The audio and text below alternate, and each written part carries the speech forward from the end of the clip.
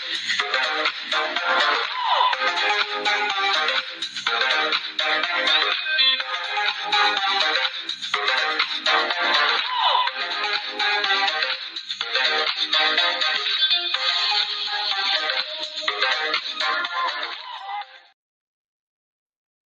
विद्यार्थी मित्रांनो, MPSC GK ट्रिक्समध्ये आपलं सर्वांचं स्वागत आहे. आज आपण राज्य सेवा पूर्व परीक्षा 8 एप्रिल 2018चा पार्ट 2 म्हणजे भाग 2 पाहणार आहोत. 51 ते 100 प्रश्न या भागामध्ये आपण कव्हर केले आहेत. तर 91वा प्रश्न आहे, काष्टजन्य अल्कोहोल म्हणजेच विचारलेलं आहे, म्हणजे वूड ग्रेन अल्कोहोल म्हणजे काय. तर त्याचे पर्याय दिले आहेत: 1 methanol, 2 ethanol, 3 benzyl alcohol, 4 isopropyl alcohol. तर याचं अचूक उत्तर आहे मिथेनॉल. काष्टजन्य अल्कोहोल म्हणजेच काय, तर मिथेनॉल. पुढील प्रश्न आहे, पाण्यात क्लोरीन नेहमी मिसळतात कारण 1 ऑक्सिजनचे प्रमाण वाढते, 2 जंतूंना मारणे, 3 गाळ काढण्यासाठी, 4 न विरघळणारी अशुद्धता घालण्यासाठी.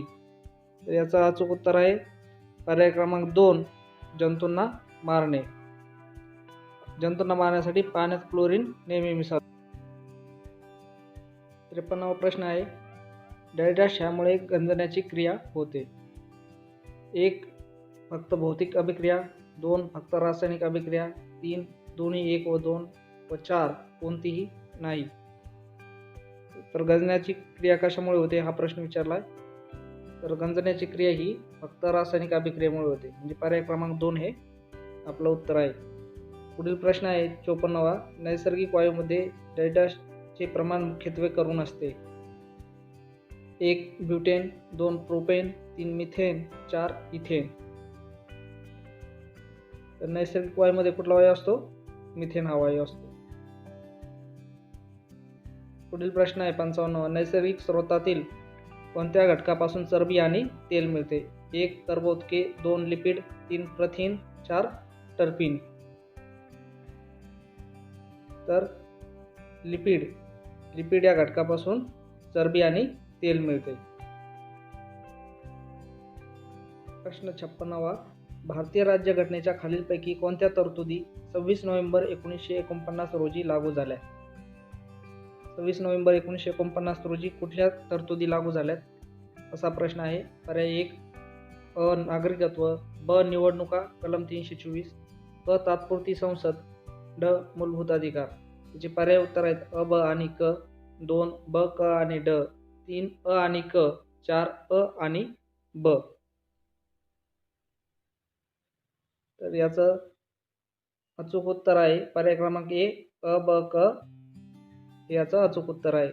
नागरिकत्व, निवडणुका व तात्पुरती संसद या गोष्टी 26 नोव्हेंबर 1949 रोजी लागू झाल्या. मूलभूत अधिकार हा नंतर लागू करण्यात आलेला आहे 42व्या घटना दुरुस्तीनुसार. पुढील प्रश्न, खालीलपैकी कोणत्या प्रकरणात भारताच्या सर्वोच्च न्यायालयाने राज्यघटनेच्या मूलभूत संरचनेत संसदेला बदल करता येणार नाही असा निर्णय दिला. हा प्रश्न बघा बऱ्याच वेळेस रिपीट झालेला आहे MPSCच्या परीक्षेत. तर याचं अचूक उत्तर आहे केशवानंद भारती विरुद्ध केरळ राज्य. हे आपल्या सर्वांना माहिती आहे की केशवानंद भारती विरुद्ध केरळ राज्याचा जो काही खटला आहे त्यात मूलभूत संरचनेत संसदेला बदल करता येणार नाही असा निर्णय दिला होता. प्रश्न 98वा, भारताच्या उपराष्ट्रपतीबाबत खालीलपैकी कुठले विधान चुकीचे आहे. चुकीचे विधान विचारलंय कुठलं इथे. त्याचे पर्याय आहेत अ, या पदासाठी असलेल्या निर्वाचन मंडळामध्ये संसदेच्या दोन्ही सभागृहांच्या निर्वाचित सदस्यांचा समावेश असतो. म्हणजे तर उपराष्ट्रपती पदासाठी जे निर्वाचन मंडळ असतं त्यात संसदेचे, लोकसभेचे व राज्यसभेचे निर्वाचित सदस्यांचा समावेश असतो असं त्यांनी सांगितलंय. पर्याय ब मध्ये आहे ते राष्ट्रपतीच्या अनुपस्थितीमध्ये 6 महिन्यापेक्षा जास्त काळ नाही इतक्या कालावधीसाठी राष्ट्रपती पदावर राहू शकतात. हे पण बरोबर आहे बघा. काय या पदाच्या निवडणुकीसाठी किमान 20 मतदार हे प्रस्तावक आणि 20 मतदार हे अनुमोदक असणे आवश्यक असते. तर याचे पर्याय दिलेत बघा अ, ब, क आणि चौथा आहे यापैकी एकही नाही. तर चुकीचं विचारलेलं आहे आपल्याला, चुकीचं कुठं आहे ते. तर हे तीनही पर्याय बरोबर आहेत. म्हणजे आपलं पर्याय क्रमांक 4 यापैकी एकही नाही हे बरोबर आहे.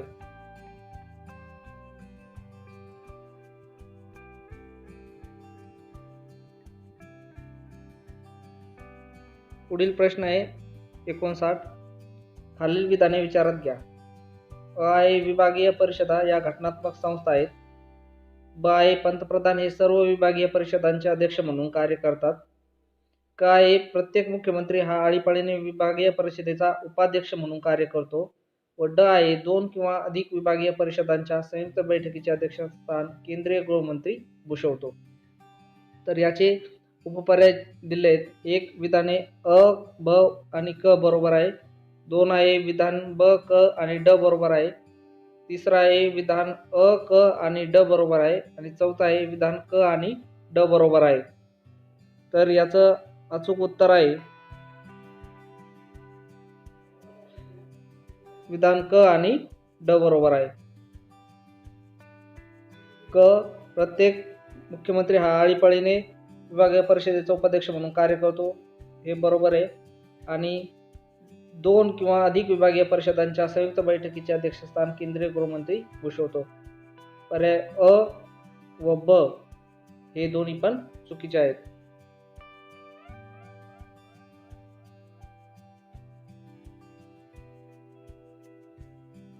पुढील प्रश्न आहे 60.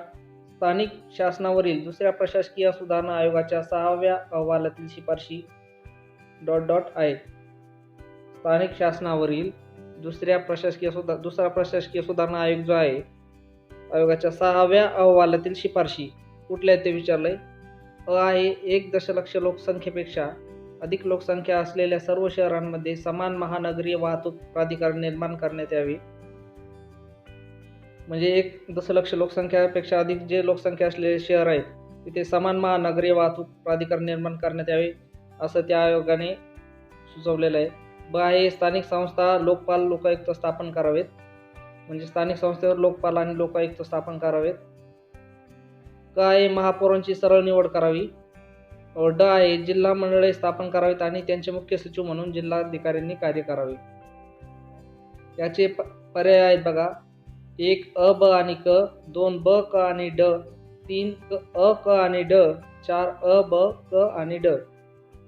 तर याचा अचूक उत्तर आहे पर्याय क्रमांक 4 अ, ब, क आणि ड. म्हणजे हे सर्व शिफारशी दुसऱ्या प्रशासकीय सुधारणा आयोगाने केलेल्या आहेत.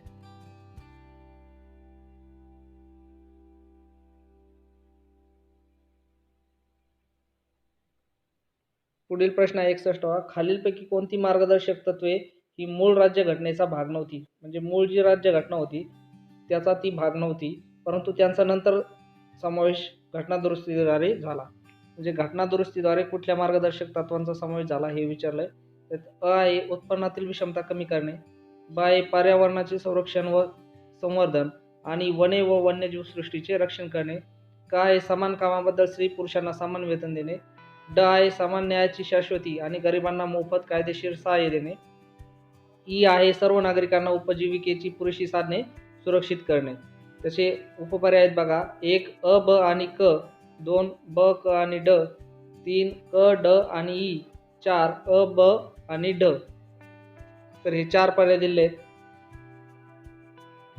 प्रश्न विचारला की नंतर कुठली मार्गदर्शक तत्वे ही म्हणजे सुरुवातीला नव्हती परंतु नंतर त्याचा समावेश करण्यात आला.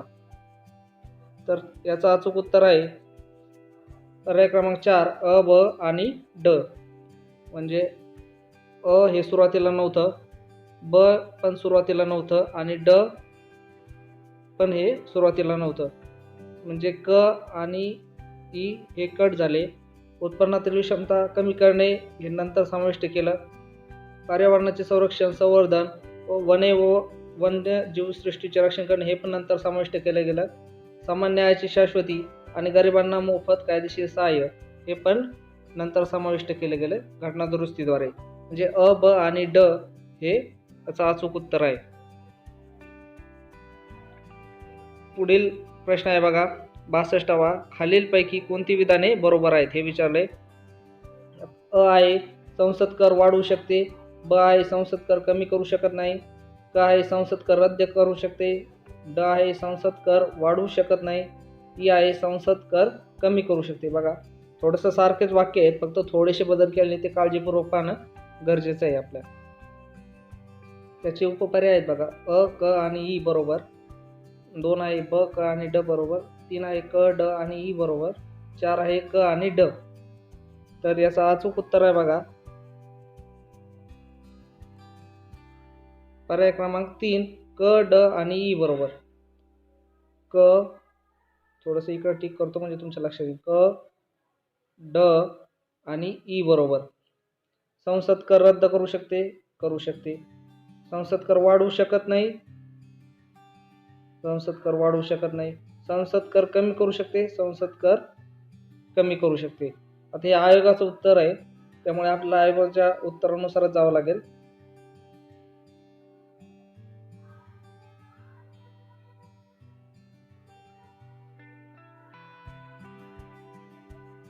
पुढील प्रश्न आहे बघा 63वा. शून्य प्रहराच्या संदर्भात खालीलपैकी कोणती विधाने अचूक आहेत? तर शून्य प्रहर म्हणजे काय तुम्हाला माहीत पाहिजे आधी. शून्य प्रहर दुपारी साधारणतः 12च्या दरम्यान असतो तो. तर त्याचे पर्याय आहेत बघा. अ संसदीय कार्यपद्धतीमध्ये शून्य प्रहर ही नाविन्यपूर्ण संकल्पना भारतामध्ये उदयास आली. प्रश्नोत्तराचा तास आणि सभागृहाचे कामकाज यांच्यामधला काळाला शून्य प्रहर म्हणतात. बाय ही संकल्पना 1962 पासून प्रत्यक्षात आली. शून्य प्रहर हे संसद सदस्यांना उपलब्ध असलेले अनौपचारिक स्वरूपाचे माध्यम आहे. हे 4 पर्याय दिलेत. तर त्याचे उपपर्याय आहेत बघा. अ ब आणि क, 2 आहे अ क आणि ड, 3 आहे ब आणि क, 4 आहे वरील सर्व. तर अचूक विधान विचारलेत म्हणजे बरोबर विधान कुठले हे विचारलंय. याचं पर्याय क्रमांक 4 वरील सर्व हे बरोबर आहेत.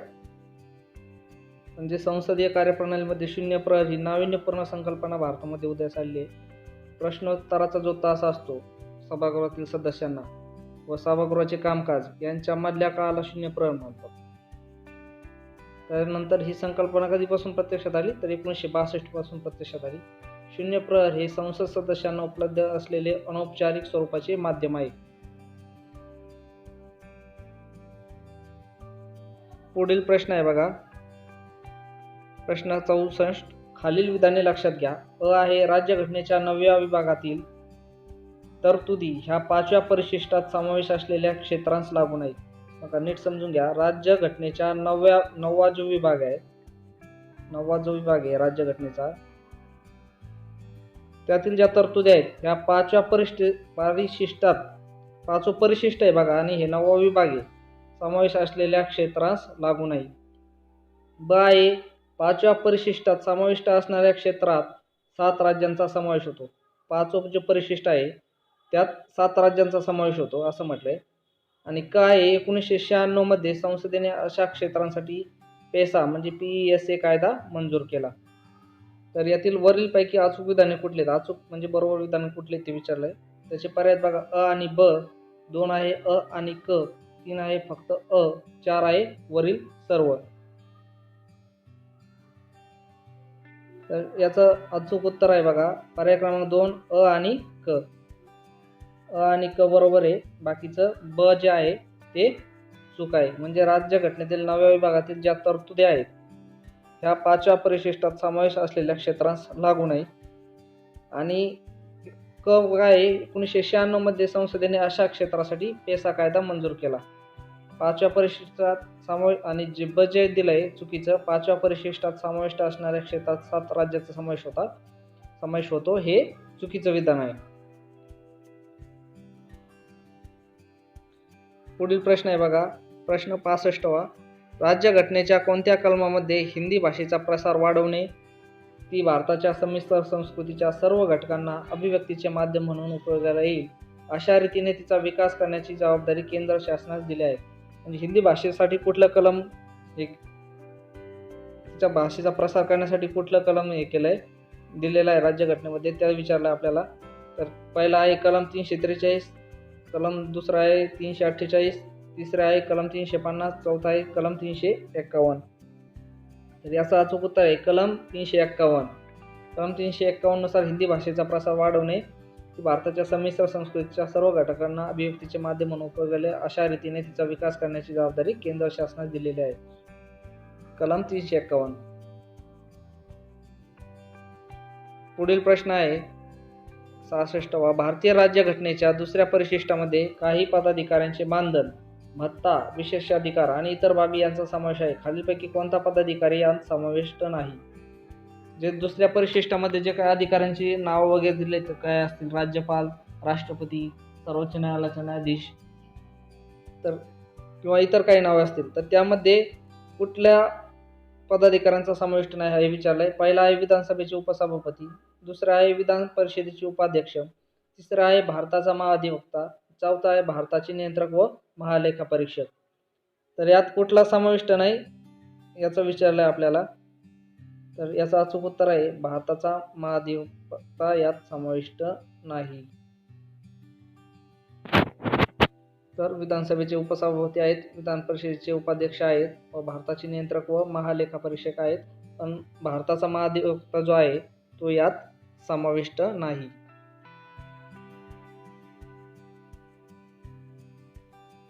पुढील प्रश्न आहे बघा 67वा. खालीलपैकी कोणते विधान बरोबर आहेत?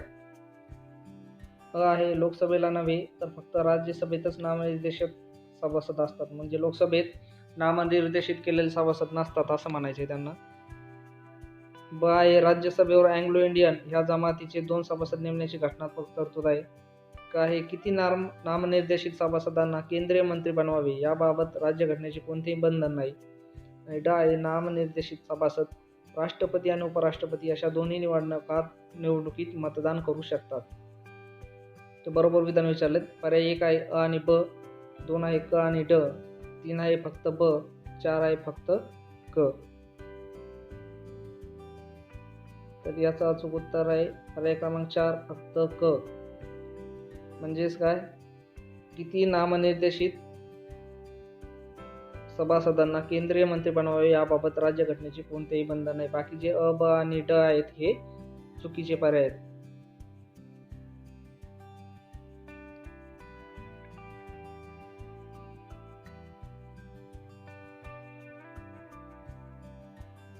पुढील प्रश्न आहे 68वा. योग्य कथने ओळखा. अ आहे काही लोकशाहीवादी देश हे प्रजासत्ताक आहेत. ब आहे काही लोकशाहीवादी देश हे प्रजासत्ताक नाहीत. पर्याय उत्तर आहेत बघा फक्त अ, 2 आहे फक्त ब, का 3 आहे अ आणि ब दोन्ही, 4 आहे अ आणि ब दोन्हीही नाही.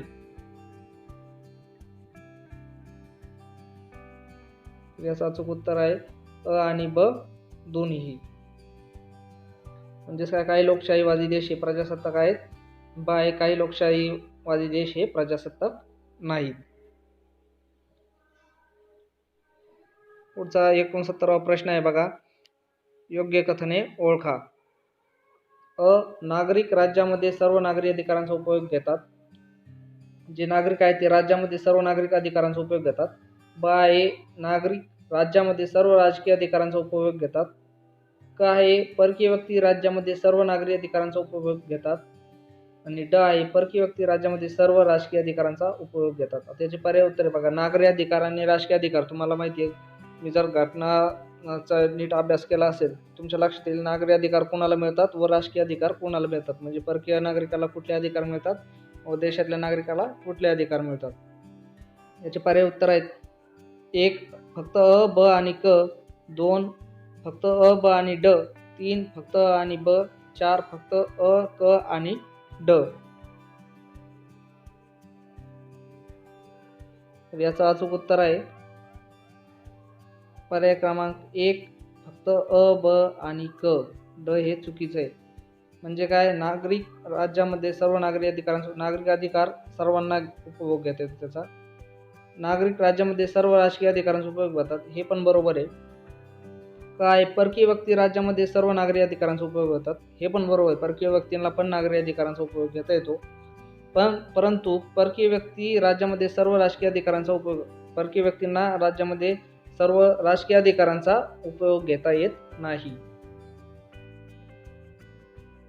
पुढील प्रश्न पहा 70वा. योग्य क्रमानुसार लावा राज्यांची निर्मिती. राज्यांची निर्मिती योग्य क्रमानुसार लावण्यास सांगितले आहे. बघा, पहिला आहे मिझोराम, ब आहे नागालँड, क आहे मेघालय, ड आहे महाराष्ट्र. तर ह्या चारही राज्यांची निर्मिती योग्य क्रमाने लावण्यास सांगितले आहे.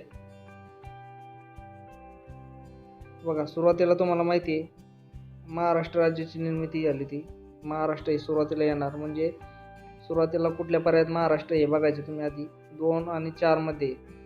तर हे पर्याय कट झाले ऑटोमॅटिक तुमचे. म्हणजे आता 2 आणि 4 मध्ये तुम्हाला विचार करायचा आहे. नंतर महाराष्ट्रानंतर कुठल्या राज्यांची निर्मिती झाली, तर नागालँडची झाली. म्हणजे ड आणि ब म्हणजे दोन्ही पण सेम आले तिथं. आता तिसरं उत्तर तुम्हाला माहीत पाहिजे. तर तिसरं मिझोराम आधी झालं का मेघालय आधी झालं? तर तिसरं मेघालयची निर्मिती आधी झाली आणि नंतर मिझोरामची झाली. म्हणजेच पर्याय क्रमांक 2 हे तुमचं उत्तर आहे.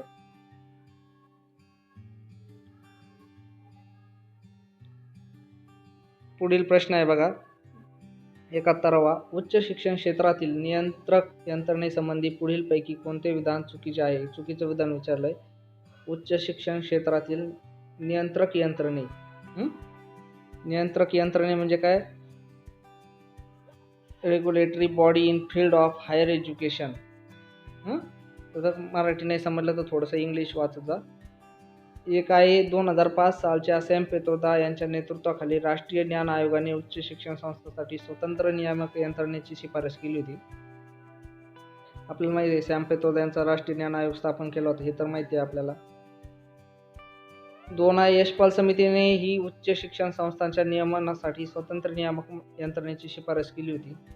यशपाल समिती संदर्भात आहे. तिसरा आहे सध्याच्या उच्च शिक्षण क्षेत्रातील नियामक यंत्रणेऐवजी एकच नियामक यंत्रणा उच्च शिक्षण क्षेत्रात केंद्र शासनाने प्रस्तावित केली आहे. ती यंत्रणा म्हणजे उच्च शिक्षण सक्षमीकरण नियामक यंत्रणा हिरा. चौथा आहे सध्याच्या काळात उच्च शिक्षण क्षेत्रात विद्यापीठ अनुदान आयोगाने UGC युनिव्हर्सिटी ग्रँट कमिशन हे एकमेव अस्तित्वात असलेली नियामक यंत्रणा आहे. तर कुठलं विधान चुकीचं आहे असं विचारलेलं आहे बघा.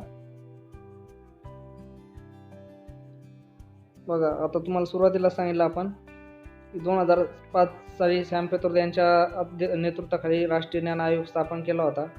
त्यांनी ती नियामक यंत्रणेची शिफारस केली होती. हे विधान बरोबर आहे.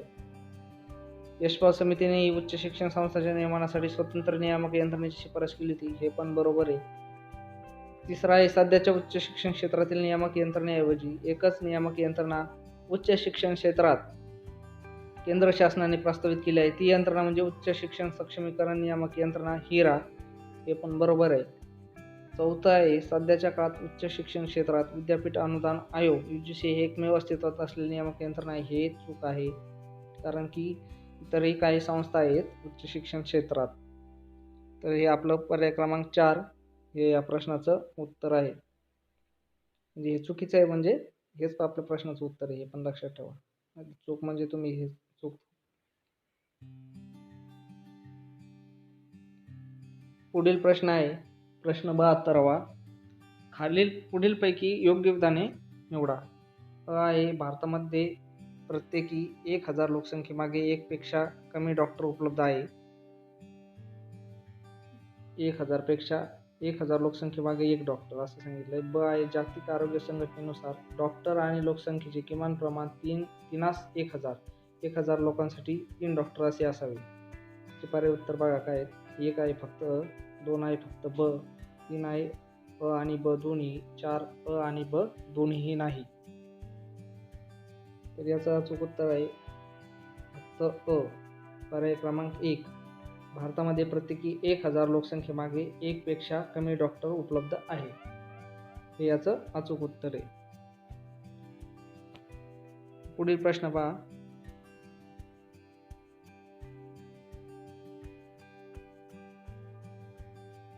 प्रश्न क्रमांक 73. भारताच्या परराष्ट्र धोरणांपैकी पूर्वलक्षी कृती धोरणासंबंधी विधानांपैकी कोणते विधान चुकीचे आहे? चुकीचे विधान विचारलंय. भारताच्या परराष्ट्र धोरणापैकी पूर्वलक्षी कृती धोरण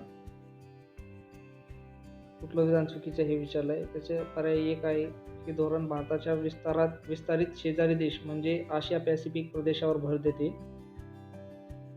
2 आहे, हे धोरण मुळात आर्थिक पुढाकार म्हणून आखण्यात आलं. 3 आहे, या धोरणाने आशिया पॅसिफिक प्रदेशाशी ईशान्य प्रांतातून सुधारित संपर्काचा पुरस्कार केला आहे.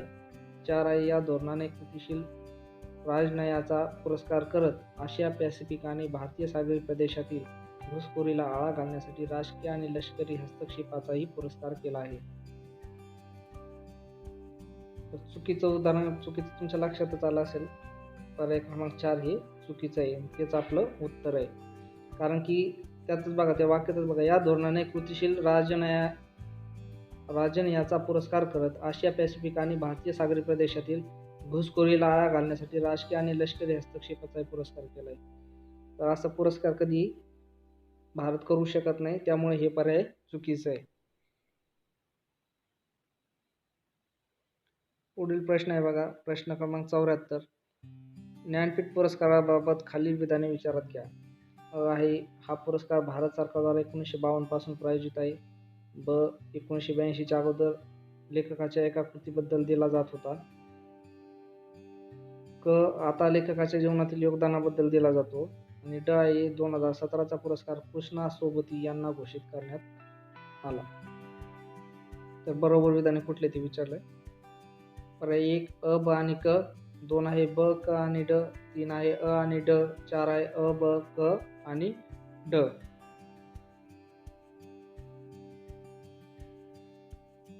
तर बरोबर विधान विचारलेत आपल्याला. तर पाहूया, हा पुरस्कार भारत सरकारद्वारे 1952 पासून प्रायोजित आहे. चूक. 1982च्या अगोदर लेखकाच्या एका कृतीबद्दल दिला जात होता, हे बरोबर आहे. आता लेखकाच्या जीवनातील योगदानाबद्दल दिला जातो, हे पण बरोबर आहे. व 2017चे मानकरी कोण आहेत, तर कृष्णा सोबती, हे पण बरोबर आहे. म्हणजेच काय, नाही, म्हणजे पर्याय क्रमांक 2 ब, क आणि ड हे आपलं उत्तर आहे.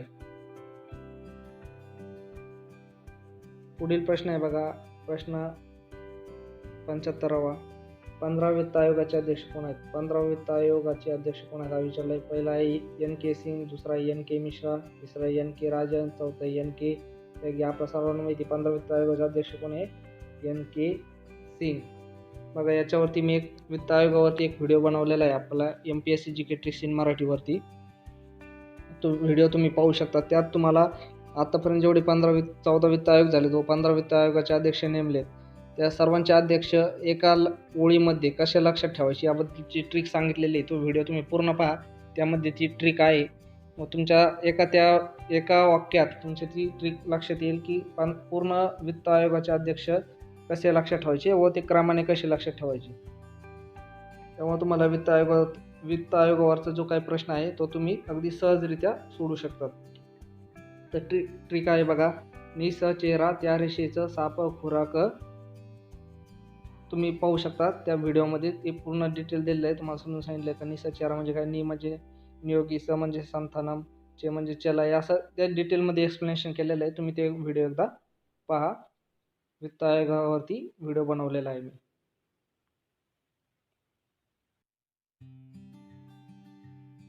पुढील प्रश्न 76वा. पुढील विधानांपैकी मुंबई महानगर क्षेत्र विकास प्राधिकरण MMRDA विषयीचे कोणते विधान चुकीचे आहे? पर्याय 1 या प्राधिकरणाचे प्रमुख मुख्यमंत्री आहेत. 2 या प्राधिकरणाची स्थापना 1975 मध्ये झाली आहे. 3 महानगर आयुक्तांची नेमणूक केंद्र शासन करते. 4 या प्राधिकरणाने दळणवळण, गृहनिर्माण, पाणी पुरवठा आणि पर्यावरण या विभागांमध्ये सुधारणा घडवण्यासाठी प्रयत्न करायचे आहेत. तर याचं चुकीचं विचारलं आहे. चुकीचं कुठलं आहे, तर या प्राधिकरणाचे प्रमुख मुख्यमंत्री आहेत, हे आपलं बरोबर आहे. MMRDAचे जे काही बैठक होतात त्यामुळे आपल्या लक्षात येईल की मुख्यमंत्री या प्राधिकरणाचे प्रमुख असतात. दुसरं, या प्राधिकरणाची स्थापना 1975 साली झाली, हे पण बरोबर आहे.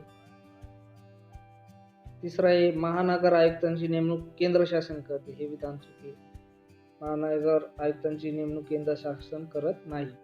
तर आपलं उत्तर आहे मग पर्याय क्रमांक 3 हेच आपलं उत्तर आहे. चुकीचं उदाहरण विचारलंय आपल्याला, चुकीचा पर्याय कुठला आहे ते.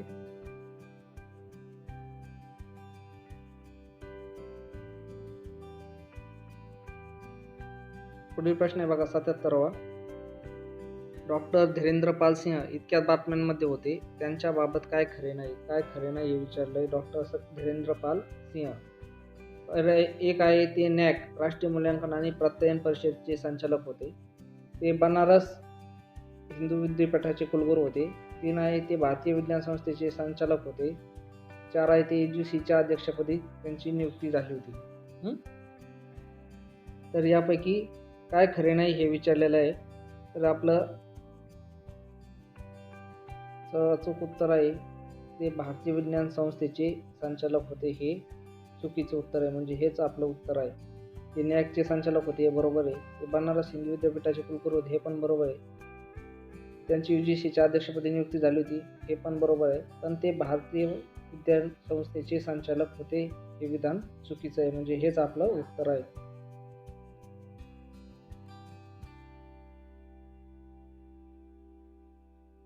पुढील प्रश्न पहा 78वा. महाराष्ट्रातील डॉक्टर अब्दुल कलाम अमृत आहार योजना कशाशी संबंधित आहे? 1. आदिवासी भागातील उच्च शिक्षण संस्थांमध्ये चौरस आहार पुरवण्याबाबत आदिवासी भागात. 2. आदिवासी भागातील माध्यमिक शाळेतील गरजू विद्यार्थ्यांना चौरस आहार पुरवण्याबाबत. 3. आदिवासी भागातील गर्भवती आणि स्तनदा मातांना चौरस आहार पुरवण्याबाबत. 4. अंगणवाडी सेविकांना चौरस आहार पुरवण्याबाबत. तर कशाशी संबंधित हे विचारले डॉक्टर अब्दुल कलाम अमृत आहार योजना. तर आपण एक अंदाज लावू शकतो की पर्याय क्रमांक 3 जो आहे आदिवासी भागातील गर्भवती आणि स्तनदा मातांना चौरस आहार पुरवण्याबाबत, हे पर्याय जास्त योग्य दिसताना पण दिसतो आणि तेच आपलं उत्तर आहे. बाकीचे 3 काय चुकीचे आहेत.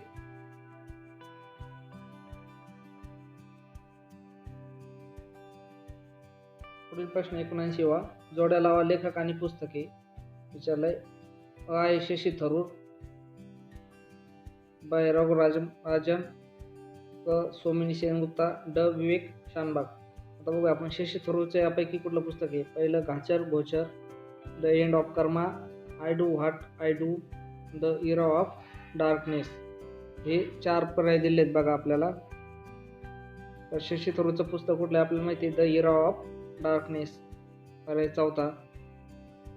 नंतर पर्याय 4 असल्यामुळे पर्याय 3 व 4 हे ऑटोमॅटिक कट होतील. बाय रघुराम राजनचं पुस्तक कुठलं आहे आपल्याला पण ते पण माहिती आहे, I do what I do. म्हणजेच पर्याय क्रमांक 2 हे पण कट होईल. पर्याय क्रमांक हे आपलं उत्तर राहील. सोमिनी सेनगुप्ताचं पुस्तक द एंड ऑफ कर्मा आणि विवेक शानबागचं घाचर घोचर. अशा पद्धतीने तुम्ही एलिमिनेशन मेथडद्वारे सुद्धा उत्तर सोडू शकतात. जे तुम्हाला माहीत नाही, जे तुम्हाला माहीत आहे त्या पद्धतीनुसार. पुढील प्रश्न आहे बघा 80वा. 2017 साहित्याचे नोबेल पारितोषिक काझुओ इशिगुरो यांना मिळाले आहे. पुढीलपैकी कोणती साहित्यकृती त्याची नाही? कुठली साहित्यकृती त्याची नाही असं विचारलंय काझुओ इशिगुरोची. आहे the remains of the day, by a pale view of hills, का आहे an artist of the floating world, ड आहे नॉर्वेजियन वूड, ही आहे काफा ऑन द शोअर. तर याचे पर्याय उत्तर आहेत बघा. अ, ब, क, ड, ई. 2 आहे ब, क आणि ड. 3 आहे ब, क आणि ई. 4 आहे ड आणि ई. तर याचं अचूक उत्तर शोधायचं आपल्याला. तर याचा अचूक उत्तर आहे बघा पर्याय क्रमांक 4 ड आणि ई. नॉर्वेजियन वूड आणि काफा ऑन द शोअर ही साहित्यकृती त्याची नाही आहे. म्हणजे उरलेले जे 3 आहेत हे बरोबर आहेत, पण ड आणि ई हे त्याची साहित्यकृती नाही आहे. पुढील प्रश्न आहे बघा प्रश्न 81वा. अयोग्य विधान ओळखा. अ आहे प्रथम जागतिक सायबर स्पेस परिषद लंडन येथे 2011 मध्ये आयोजित केली होती. सायबर स्पेस परिषद विचारलंय प्रथम. ब आहे चौथी जागतिक सायबर स्पेस परिषद बुडापेस्ट येथे 2015 मध्ये आयोजित केली होती. का आहे 5वी जागतिक सायबर स्पेस परिषद दिल्ली येथे 2017 मध्ये आयोजित केली होती. तर अयोग्य विधान विचारलं आपल्याला. पर्याय 1 आहे अ, 2 ब, 3 क, 4 आहे वरीलपैकी कोणतेही नाही. तर याचा अचूक उत्तर आहे पर्याय क्रमांक 2 ब हे अयोग्य आहे. म्हणजे हेच आपलं उत्तर आहे पर्याय क्रमांक 2. चौथी जागतिक सायबर स्पेस परिषद बुडापेस्ट येथे 2015 मध्ये आयोजित केली होती. हे विधान चुकीचं आहे. पुढील प्रश्न क्रमांक 82. आरोग्य विधान ओळखा. अ आहे प्रत्येक वर्षी 10 ऑक्टोबर रोजी जागतिक मानसिक आरोग्य दिवस म्हणून पाळला जातो. ब आहे जागतिक मानसिक आरोग्य दिन 2017ची संकल्पना कामाच्या ठिकाणी मानसिक आरोग्य ही होती. काय प्रत्येक वर्षी 7 एप्रिल रोजी जागतिक आरोग्य दिन साजरा केला जातो. ड आहे 2017 सालच्या जागतिक आरोग्य दिनाची संकल्पना नैराश्य अशी होती. आरोग्य विधान विचारलंय तर त्याचे पर्याय बघा. 1 ब, 2 ड, 3 क, 4 आहे वरीलपैकी कोणतेही नाही. तर याचं अचूक पर्याय बघा. पर्याय क्रमांक 4 वरीलपैकी कोणतेही नाही. म्हणजे काय, वरीलपैकी कुठलं विधान अयोग्य नाही. प्रश्न 83. भारतीय शासनाने 5 ऑक्टोबर ते 25 ऑक्टोबर 2017 हा 21 दिवसांचा कालखंड टिंबटिंब म्हणून साजरा केला. 1 पर्यटन पर्व, 2 स्वच्छता पंधरवडा, 3 राष्ट्रीय एकात्मता पर्व, 4 मानसिक आरोग्य जागृती अभियान. 5 ऑक्टोबर ते 25 ऑक्टोबर 2017 हा 21 दिवसाचा कालखंड काय म्हणून साजरा केला हा प्रश्न विचारलाय. तर त्याचं अचूक उत्तर आहे पर्याय क्रमांक 1 पर्यटन पर्व. पुढील प्रश्न आहे बघा. 84. भारत शासनाचा भारत नेट हा महत्त्वपूर्ण कार्यक्रम डॅशशी संबंधित आहे. 1 आहे भारतातील ग्रामीण आणि सुदूर भागांमध्ये ब्रॉडबँड सेवा पुरवणे. 2 भारतातील सर्व उच्च शैक्षणिक संस्थांना ब्रॉडबँड सेवा पुरवणे. 3 भारतातील सर्व रेल्वे स्टेशनांवर ब्रॉडबँड सेवा पुरवणे. 4 भारतातील सर्व सरकारी रुग्णालयांना ब्रॉडबँड सेवा पुरवणे. भारत नेटबद्दल प्रश्न विचारलेला आहे बघा. आणि याचं अचूक उत्तर आहे पर्याय क्रमांक 1 भारतातील ग्रामीण आणि सुदूर भागांमध्ये ब्रॉडबँड सेवा पुरवणे हा भारत नेट या कार्यक्रमाचा महत्त्वपूर्ण उद्देश होता. पुढील प्रश्न आहे बघा. महाराष्ट्र शासनाची सुमतीबाई सुकळीकर उद्योगिनी महिला सक्षमीकरण योजना कशाशी संबंधित आहे. 1 अनुदान पात्र झालेल्या पात्र महिला स्वयंसहायता समूहांना व्याज अनुदान देण्याबाबत. 2 महिला उद्योजकांना जमीन खरेदीसाठी कर्ज पुरवठा. 3 मुंबई आणि नागपूरमधील महिला उद्योजकांना करमाफी. आणि 4 महाराष्ट्रातील स्वयंसहायता समूहांना 4% दराने कर्ज पुरवठा करणे. सुमतीबाई सुकळीकर उद्योगिनी महिला सक्षमीकरण योजना कशा संदर्भात आहे त्या संदर्भात प्रश्न विचारलेला आहे. आणि याचं अचूक उत्तर आहे बघा पर्याय क्रमांक 1 अनुदान पात्र झालेल्या पात्र महिला स्वयंसहायता समूहांना व्याज अनुदान देण्याबाबत. जे स्वयंसहायता समूह आहेत त्यांना व्याज अनुदान देण्याबाबत ही योजना संबंधित आहे. बाकीचे 3 पर्याय चुकीचे आहेत. पुढील प्रश्न आहे बघा.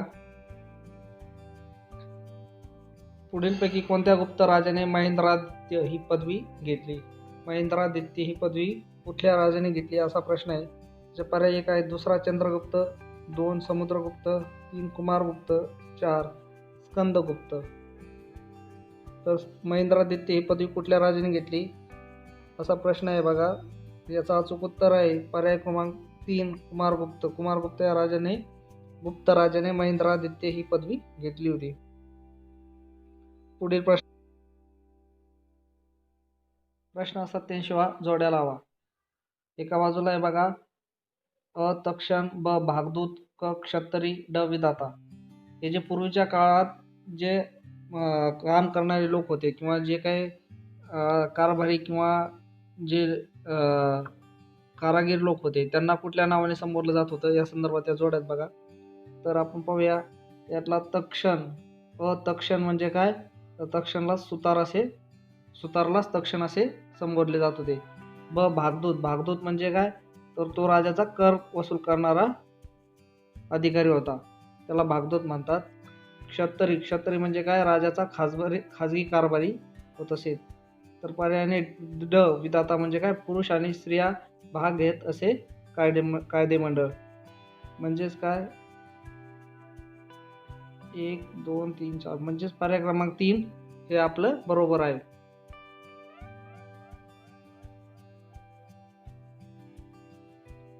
प्रश्न 88. खालील विधानांचा विचार करा व उत्तराचा योग्य पर्याय निवडा. आहे बघा महाराष्ट्रातील जोर्वे, नेवासा, दायमाबाद, चांडोली, सोनगाव, इनामगाव, प्रकाशी, नाशिक इत्यादी ठिकाणी ताम्रपाषाण युगीन संस्कृतीचे अवशेष मिळाले आहेत. ब आहे राजस्थानमध्ये आहार व गिलुंड, मध्य प्रदेशातील माळवा, कायथा, एरन इत्यादी ठिकाणी ताम्रपाषाण युगीन संस्कृतीचे अवशेष मिळाले आहेत. तर याचे पर्याय उत्तर बघा. दोन्ही विधाने बरोबर आहेत. 2 आहे दोन्ही विधाने चुकीचे आहेत. 3 आहे विधान अ बरोबर आहे परंतु विधान ब चुकीचे आहे. 4 आहे विधान ब बरोबर आहे परंतु विधान अ चुकीचे आहे. तर याचा पर्याय क्रमांक 1 दोन्ही विधाने बरोबर आहेत.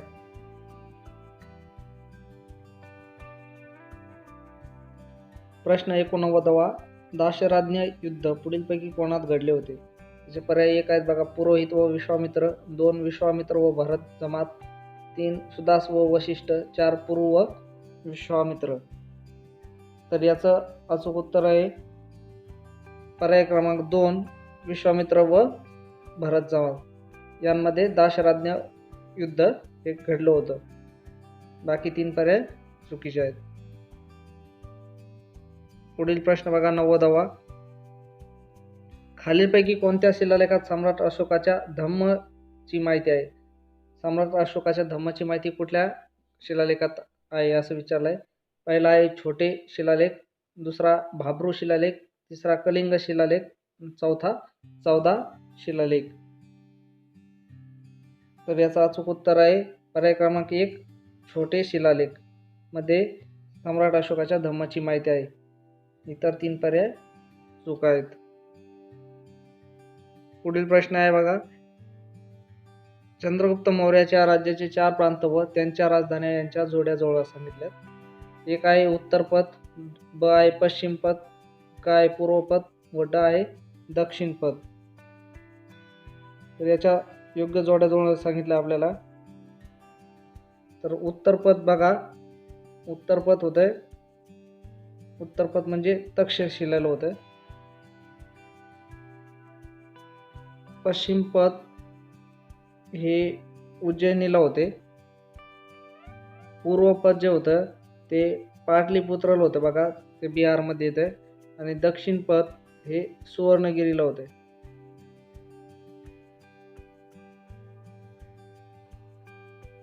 म्हणजेच आपलं उत्तर पथ तक्षशिलाला पर्याय चौथा म्हणजे पर्याय क्रमांक 3 हे आपलं अचूक उत्तर आहे.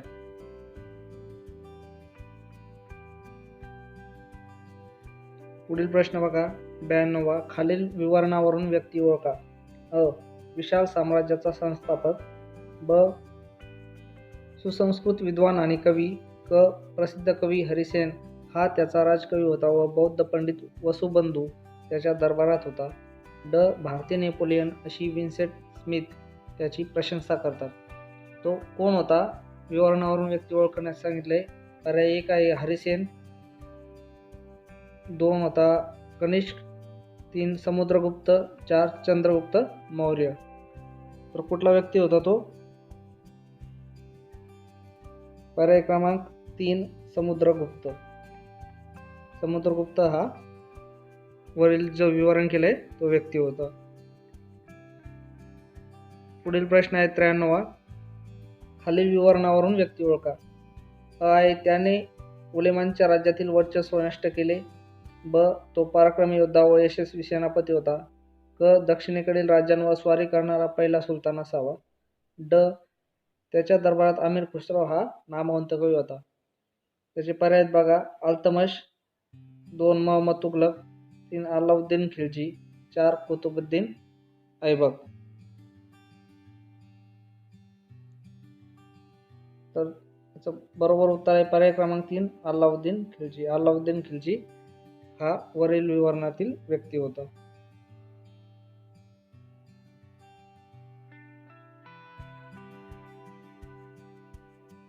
पुढील प्रश्न आहे बघा 94वा. खालील विवरणावरून व्यक्ती ओळखा. अ आहे या राजास आंध्रभोज ही पदवी देण्यात आलेली होती, ब त्याच्या दरबारात 8 प्रसिद्ध तेलुगू कवी होते, क नागलपुरम नावाचे नगर त्याने स्थापन केले होते, ड आहे बिदर गुलबर्गा ह्या मुसलमान राज्याच्या राजधान्या जिंकणारा तो एकमेव हिंदू राजा होता. त्याचे पर्याय आहेत बघा. 1 रामदेव राय, 2 पुलकेशी प्रथम, 3 पहिला परांतक, चौथा कृष्णदेवराय. त्याचं अचूक उत्तर आहे पर्याय क्रमांक 4 कृष्णदेवराय. कृष्णदेवराय हे त्याचं अचूक उत्तर आहे. पुढील प्रश्न आहे बघा 95वा. टिपू सुलतान आणि इंग्रज यांच्यात झालेल्या श्रीरंगपट्टणम तहात खालीलपैकी कोणती तरतूद नव्हती?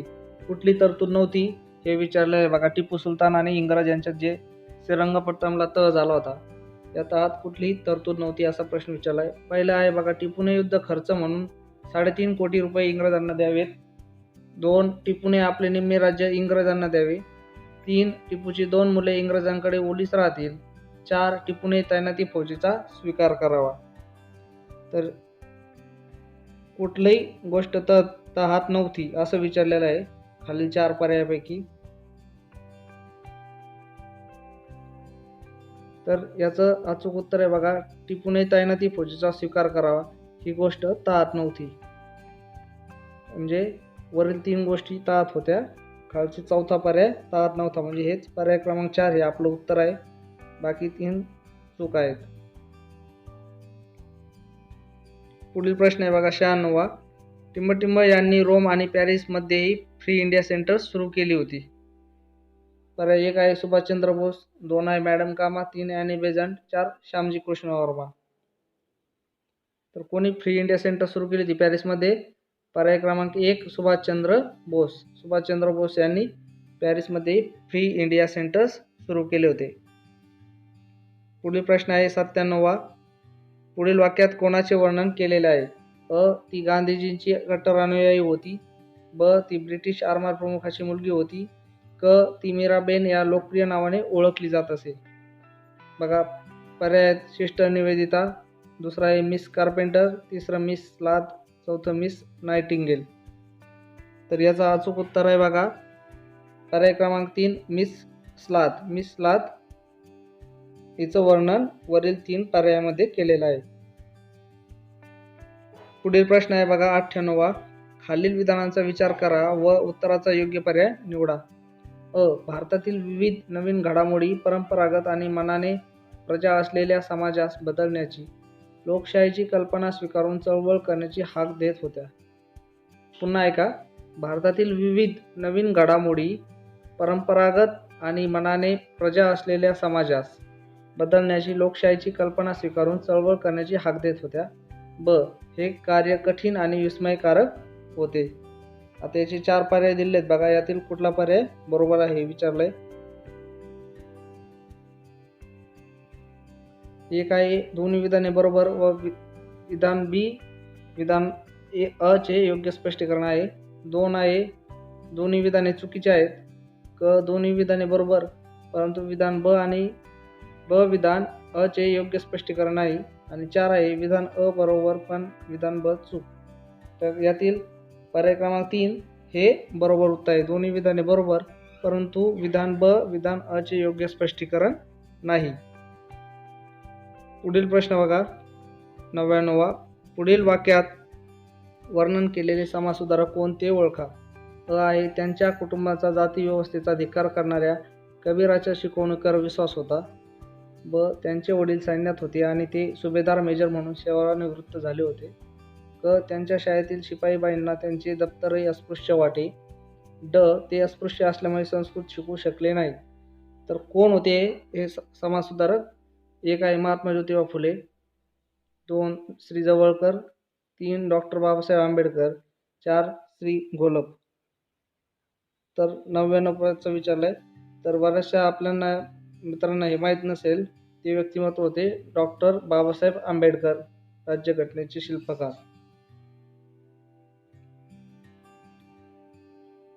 पुढील प्रश्न आहे बघा शेवटचा प्रश्न. पुढील वाक्यात कोणत्या समाजसुधारकाचे वर्णन केले आहे? अ. त्यांना अमेरिकन युनिटेरियन असोसिएशनची शिष्यवृत्ती मिळाली होती.